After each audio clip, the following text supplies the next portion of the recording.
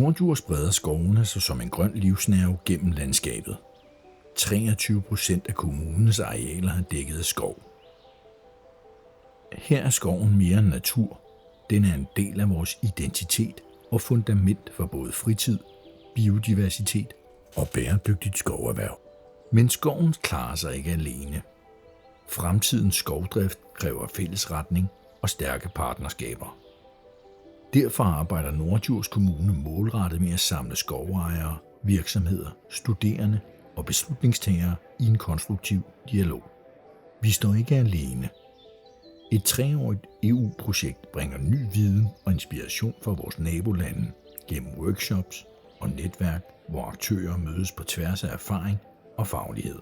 Vi kobler lokal handling med internationale perspektiver og skaber en mere robust og grøn skovindustri. Samarbejdet om fremtidens skove er godt i gang, og vi er kun lige begyndt. Med engagement, dialog og grøn vilje skaber vi rammen for noget større. For naturen, for klimaet og for dem, der kommer efter os.